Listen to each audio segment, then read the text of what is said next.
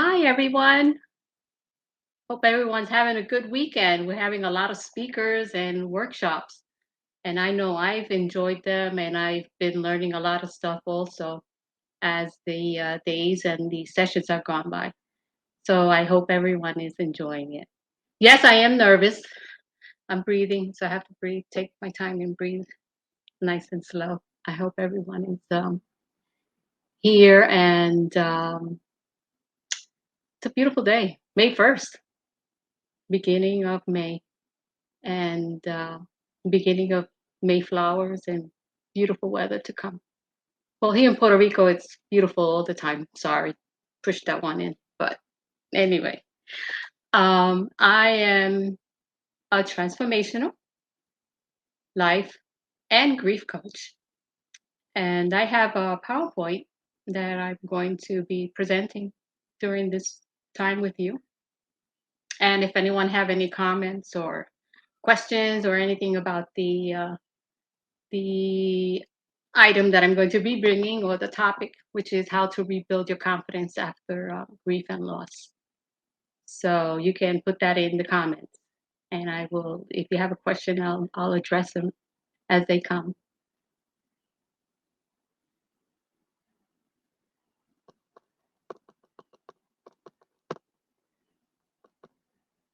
Okay. Um, the PowerPoint would be nice to see right now. Yes? No? Maybe? Okay. I'll just continue. I can be reached on Facebook, LinkedIn, Instagram. I also have a calendar that I can give you access to later on in the comments, or you can reach out to me on Facebook.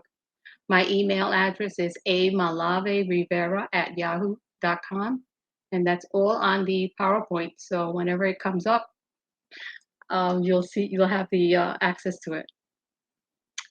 Okay. Um,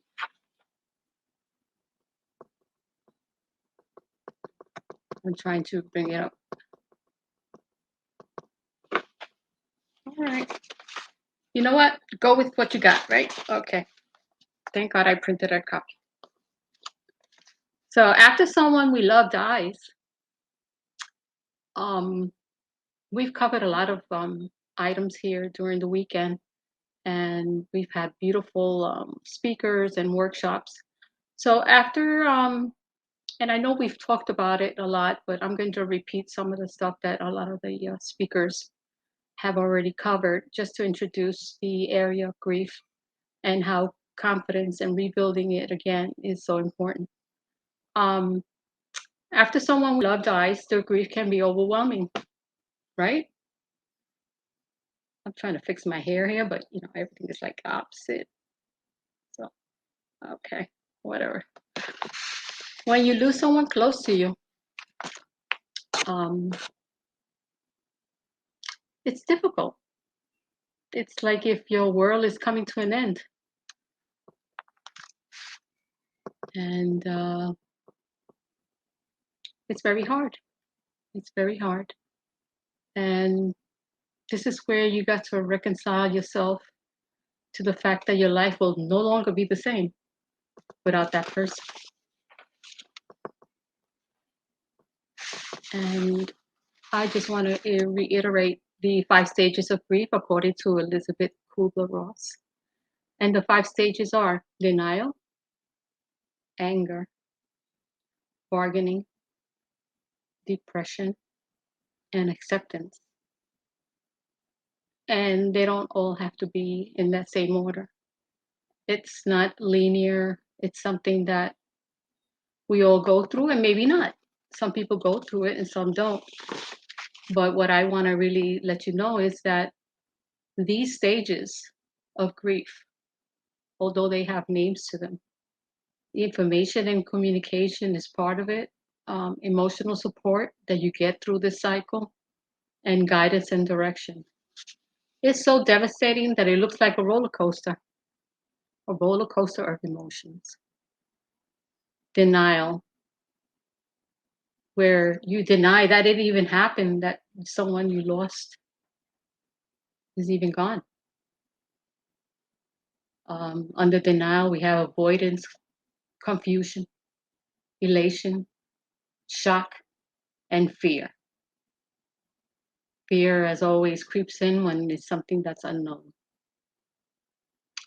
Anger comes in, it's the second stage, where it's frustration, irritation, and anxiety. Bargaining, which is the next one, is struggling with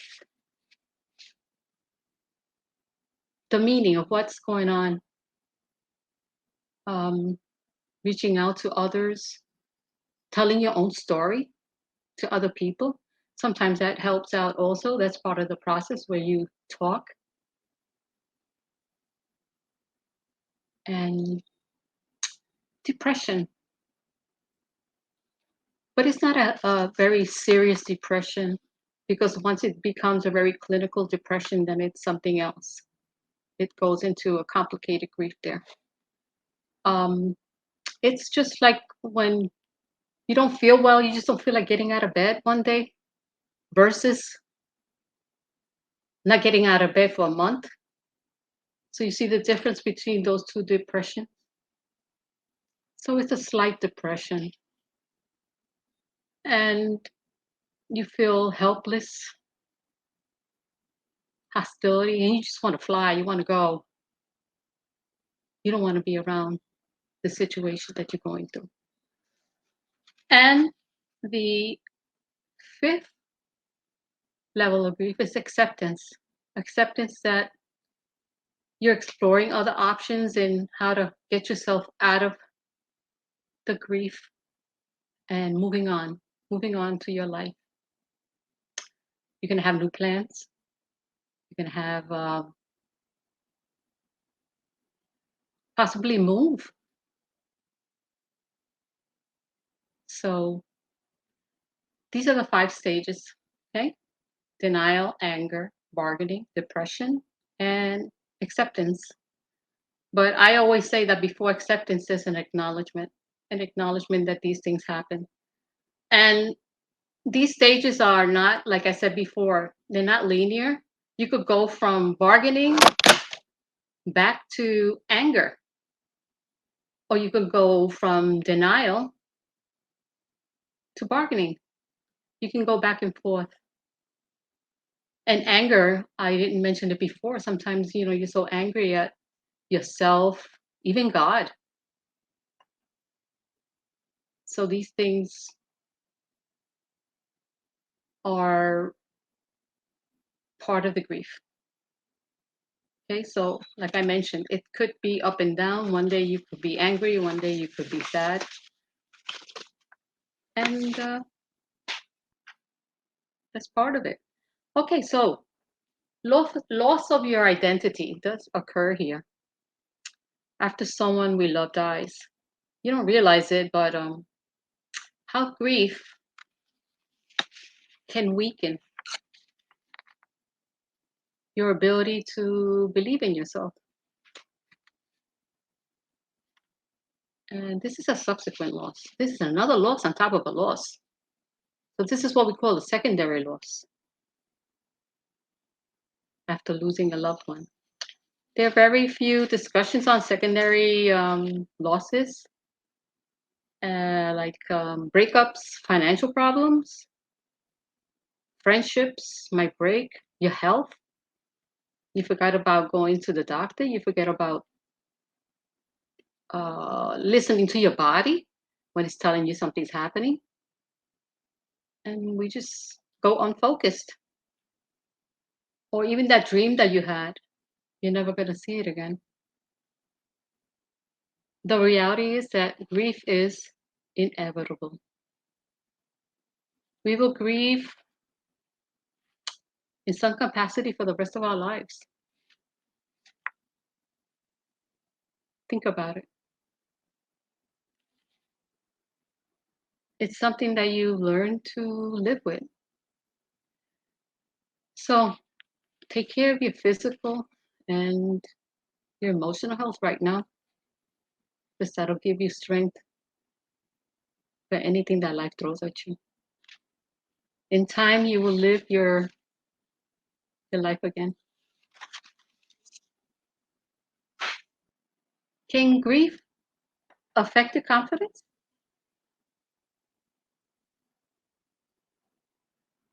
Can it? Yeah, it can.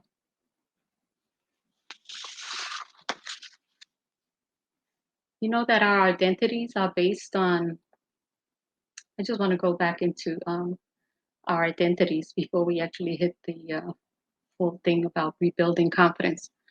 Identities are based on our relationship with the others. When we lose someone close to us, we also lose our role in that relationship. So you may no longer fit the role of father, mother, sister, niece, daughter,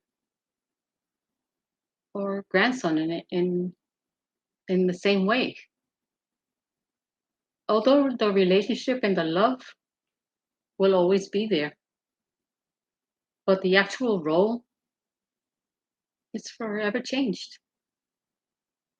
It's not just losing a specific role we played in our loved one's life, but we can also take on new roles. Remember, they were doing something, they had a role in this life of ours. So now when they're gone, who's going to take over? Maybe they were a caregiver for someone. So now that role might be yours or someone else in the family. How about those statements when you're in a gathering and you hear someone tell them, a little boy, I've heard this, you're the man of the house now.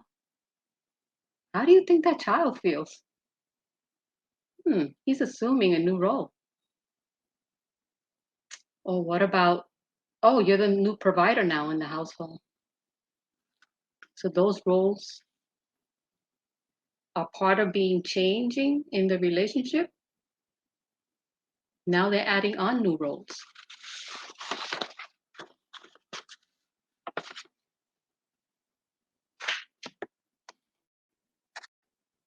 Um, in losing yourself, you know that we lose a lot more than a loved one upon their death? Think about it. You lose a piece of yourself,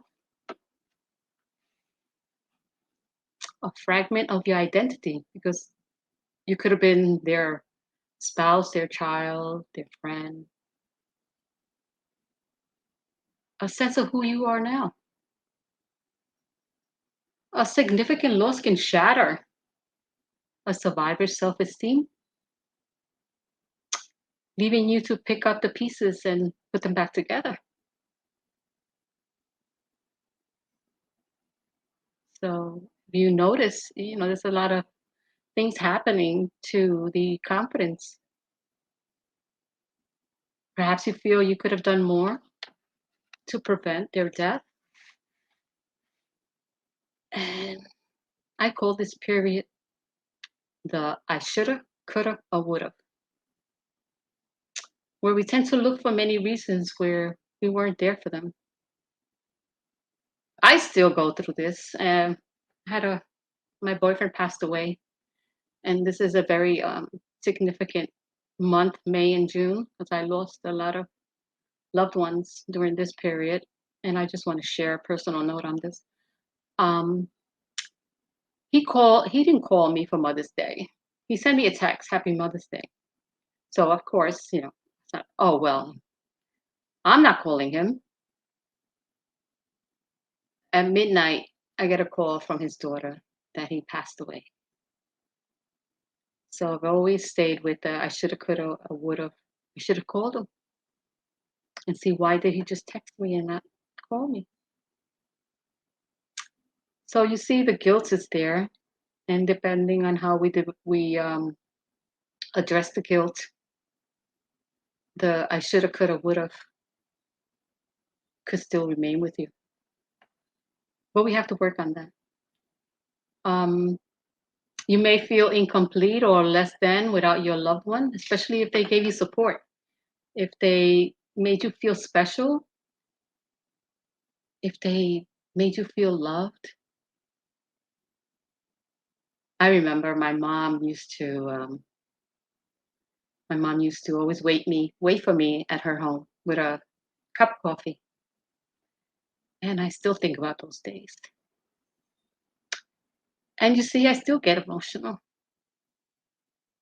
And that's all part of grief. You'll have those days that, memories will come in and you'll remember them. And also, your identity suffers right alongside everything else. Who am I now without them in my life? Confidence is affected there also. There's damage to your ego, your self identity, and your self confidence takes a long time to recover. I'm going to just take a little bit of water. So, what do you say? Anyone else going through this? If you get a chance, put something in the comments. Um,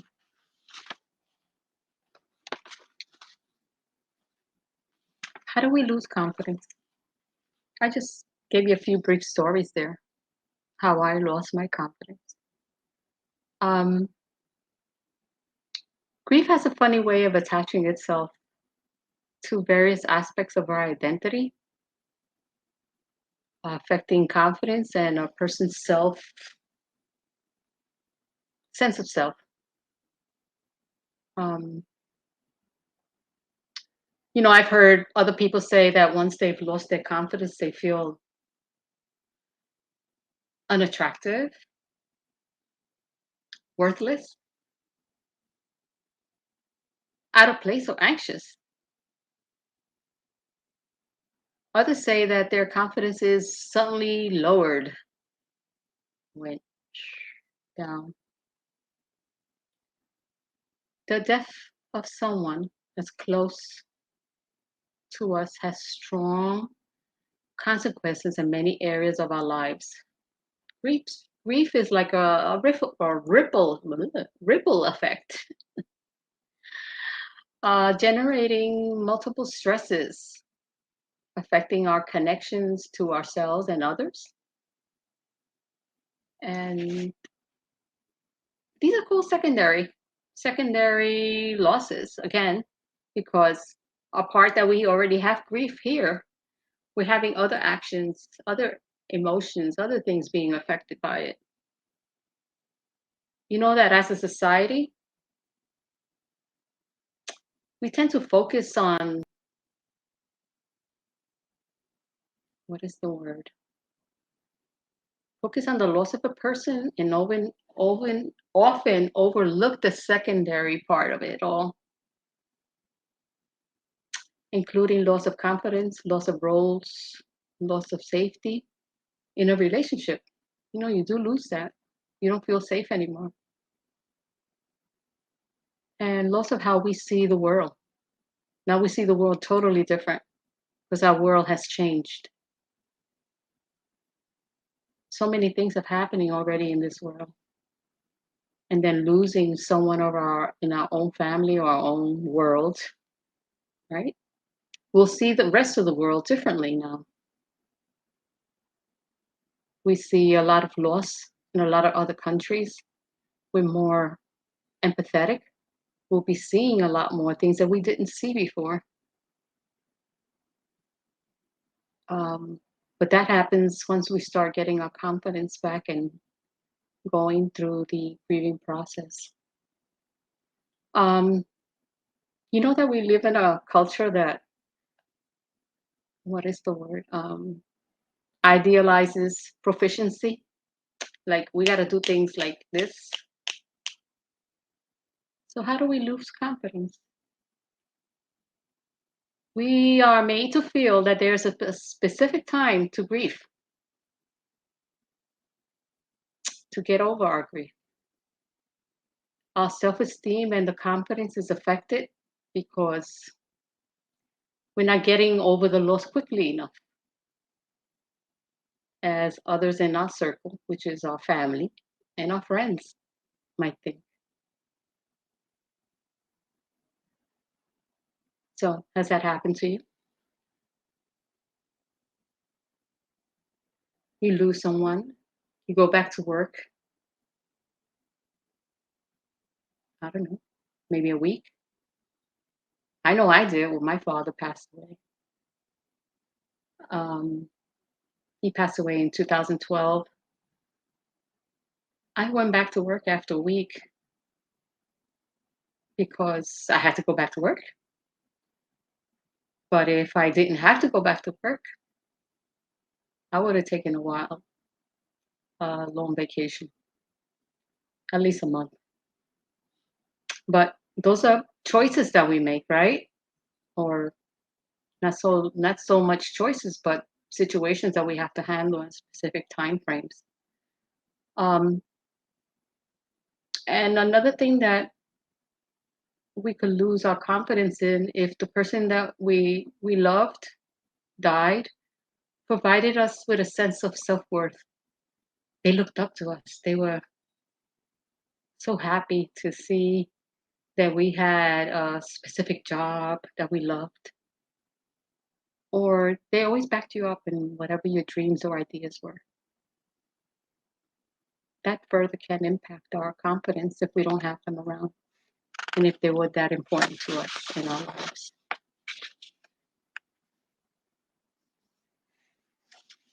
Um, I don't know if there's any questions. I will look at it. One moment.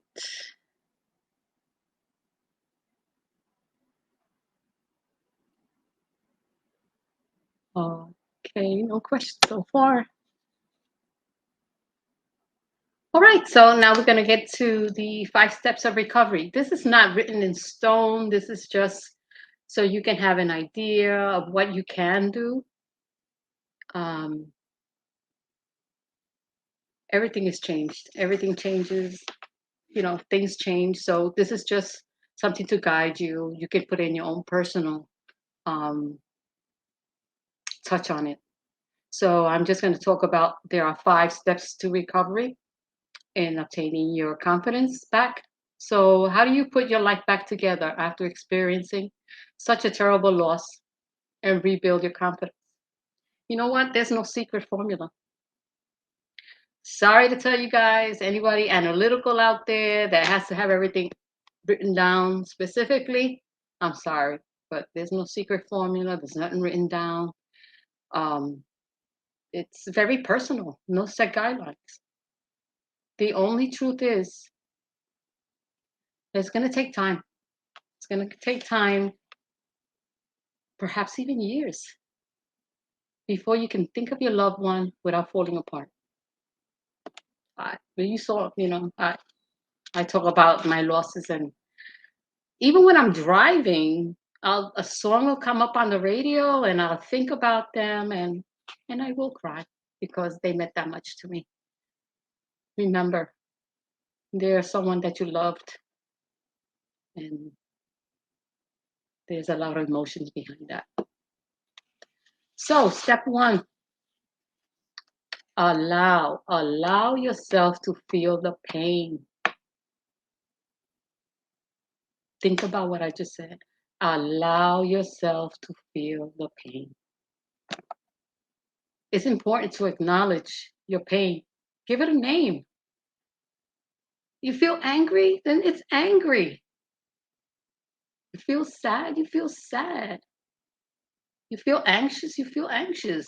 Give it a name. At least you know what to call it. The sooner you allow yourself to feel it, to process it, you can move on with your life. You can ignore the pain by self-medicating with drugs or alcohol, by taking on more projects at work, by traveling and not being around the situation anymore. Prolonging healing process or covering it up will not help. You still gonna have to go through some sort of grieving. Whatever personal way you want to do it, you'll be going through it. But you shouldn't use medication or alcohol or any other type of drugs to not let you feel the pain.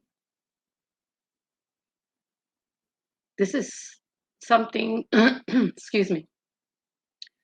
You know what? Your body, this, what we have, is temporary, but we mistreat it a lot. And your body is going to store all that pain inside. And guess what? There's a book out there. It's called Your Body Keeps the Score. Your body keeps a score of pain. And it's going to manifest either physical illness, because stress weakens the immune system. I'm just going to look here at my notes here for a second. Since I don't have my PowerPoint. Um, Nobody's fault. Grief weakens the lungs. Stress, guess what? Stress weakens the heart and brain. Worry weakens the stomach. I know that because when I'm worried, my stomach. Mm. Anger weakens the liver. Wow. And fear weakens the kidney. So if we keep all this pain inside, no way of letting it out, it's going to stay inside and it's going to wreak havoc on your body. So allow yourself the pain.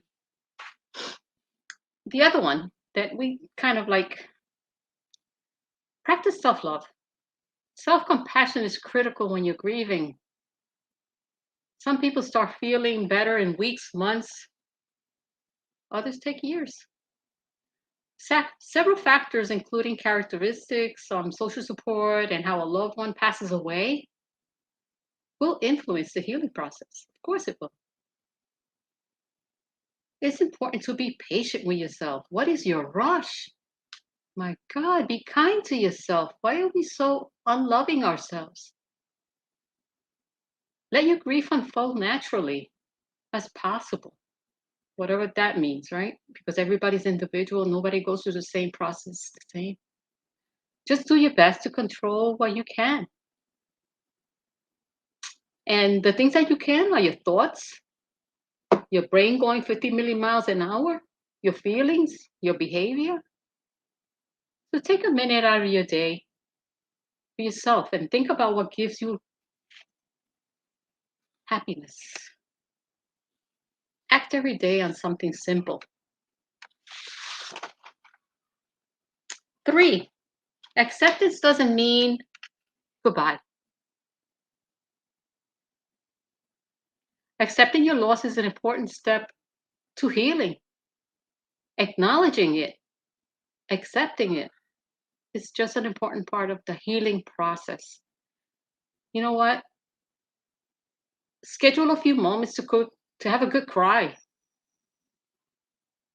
Sometimes we don't give ourselves enough time to cry. And scientifically, it's known fact that crying does alleviate a lot of stress. I forgot the terminology of it, but I did look it up during my certification as a grief coach. Um, whatever time you need to cry, just cry. Don't hold it back. You're hurting yourself by doing that. Let yourself feel the pain without judgment. Yeah, stop judging yourself so much. Exhale. And my favorite word, this is my motto, breathe. Remember to breathe. When we're crying or upset, if you notice, you're not breathing. So breathe. And as a yoga instructor, I can tell you breathing is essential. Talk to your departed ones. Their energy, they're around us. Talk to them. Meditate as part of your routine. Meditate. It allows you to spend some time with your loved ones while you're meditating. Take take one step at a time. One day you'll look back and see how far you've come. 5, make time for creativity. I know you're grieving. I know you've gone through a loss, but you know what? This is when your inner child has to come out. This is when your inner child needs to come out. What did you enjoy doing as a kid? Keeping your childlike wonder will lead you back to your true self. We need to bring that child back out and give it a hug. Simple things that make us happier. The simple things like going to the beach and seeing a sunset or a sunrise. Or go to the ice cream parlor. I love that one. Go to the ice cream parlor and have an ice cream. Just do that. Simple. Nothing complicated about that. Whether it's being silly with your kids, just to hear them giggle, that's a different energy in its own. Or go shopping for toys with them. Bring your inner child. Taking a painting class, any of these simple pleasures that they're tiny blessings. It's amazing what it's like to be awed by the little things in our lives. Life is a blessing in its own.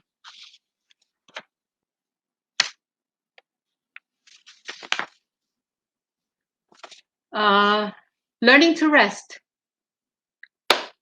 Rest, rest, rest. Make sure you have good restful sleep. Restful sleep. I know we all have different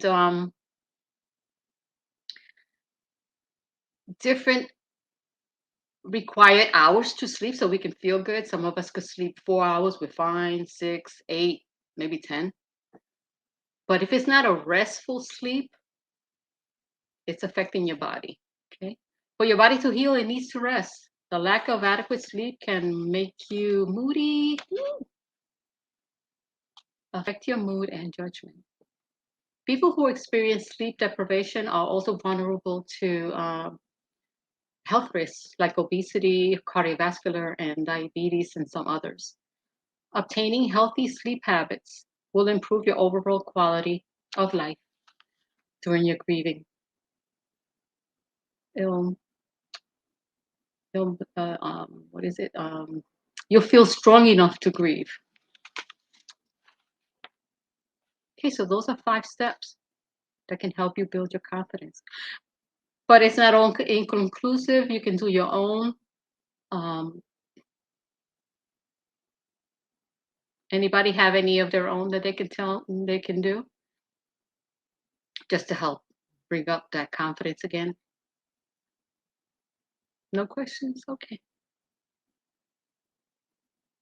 Oh, MJ, I hear those words in my sleep.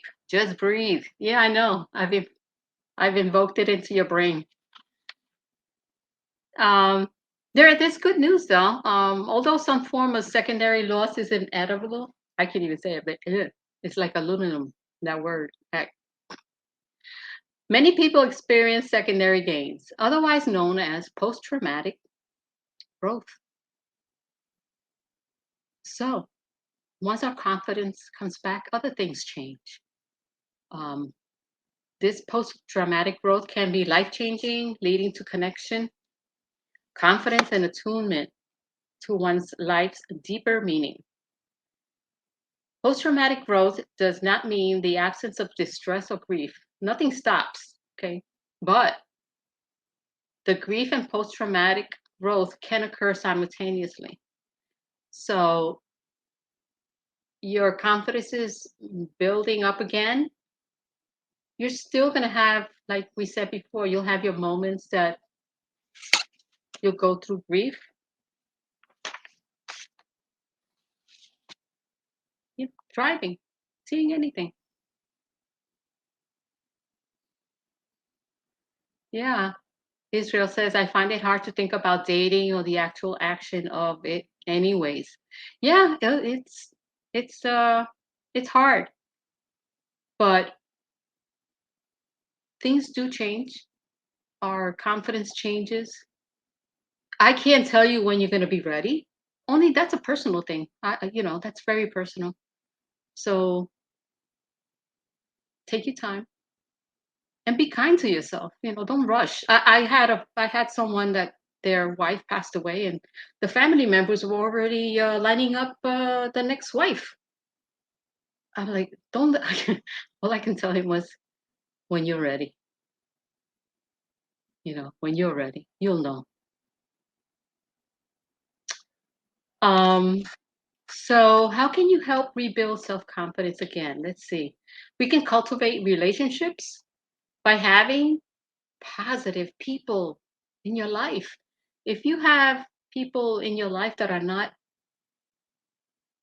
what is the word, helping you, are not positive,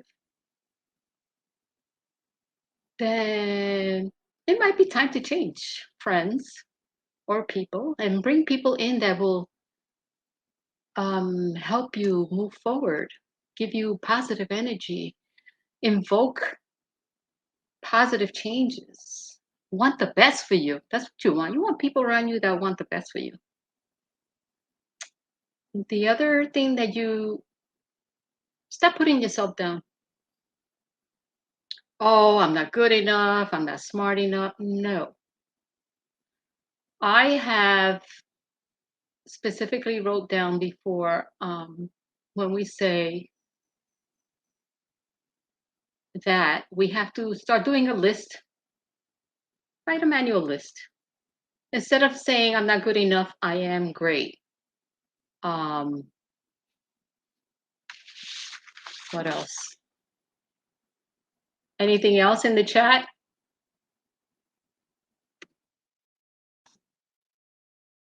Any ideas? Yeah. So what else? Stop putting yourself down. You're a great person. You're unique. There's nobody like you. Just like there's nobody like me. There's nobody like um, Nathan, Joshua, Tony, Dee. There's nobody like you. You're so unique. You broke the mold. Okay? There was no mold. Anyway, taking new actions, do things for yourself, move on. Yes, have a positive attitude. Take new actions, do stuff that you never did before. Or instead of thinking about doing things, start moving slowly. Do baby steps. Baby steps. I want to start going for a walk just to change the environment. Hug a tree. Yeah, there's energy there. Walk on the grass with no shoes on. Don't be scared of expressing yourself. Communicate. Don't be silent. Silence again is holding back all that energy that you don't want to affect your body. Let it out. Talk to people. Express yourself. Oh, I don't like that dress. I don't want that.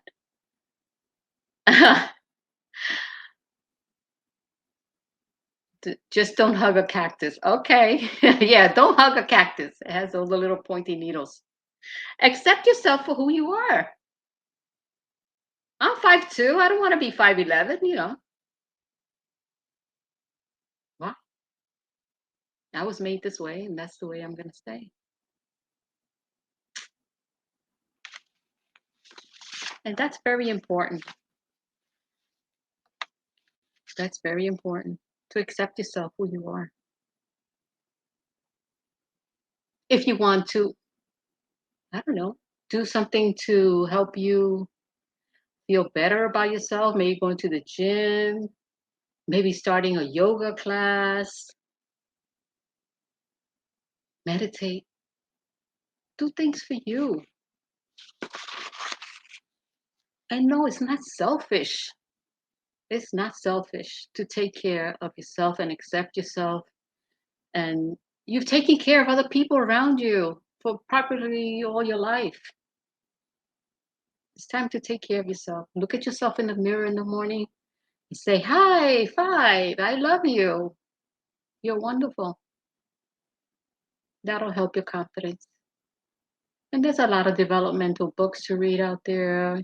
You got a lot of groups that you can join that'll help you develop your self-confidence again. Okay. What time do we have? Okay, we got 20 minutes. Any questions? Anything or any comments? Anything that you've gone through yourselves? Okay, and how to rebuild your confidence after grief and loss? You know what awaits you? New confidence and new horizons. And my contact information is my email is amalaverivera@yahoo.com. I also provide coaching sessions. Since I mentioned before at the beginning, I'm a transformational life and grief coach. I guide individuals to go through the grieving process as well as other developments in their life, goals that you have, goals, dreams, ideas that you just don't seem to be able to be clear on how to move forward in them. I'll be able to guide you as a coach. And I have a 1 hour free discovery call that you can get if you write to me on my email, amalaverivera@yahoo.com. And I will be more than happy. Or if you have a question or want to talk for anything in specific, I'm available and I'm here to listen. The most important thing that we've learned during this pandemic season, also, I just want to reiterate on that, is that we don't have a lot of people didn't have anyone to listen to them. And that affected confidences as well, because your confidence is affected when there's no one around. How do you get your ideas across? But I am here. Like I said, I'm a transformational life and grief coach, and I have a 1 hour free session for you. You can reach me at my email, amalaverivera@yahoo.com. And I'm also on social media, Facebook, on my name, Ada Malave. I'm on LinkedIn and Instagram, not so much, but I'm there also, but I'm more on the other two that I mentioned. So if there are no questions, I am so honored to be here to share my information with you. And my hopes and dreams are that your life will continue to be beautiful. And that's it. If nobody has any questions, then my presentation. And remember, we're not finished yet. There's other speakers coming after me. So if you really want to enjoy this free virtual global grief conference, there's always something. I've learned a couple of things myself, like grief is growth. So thank you and have a good day. Bye bye.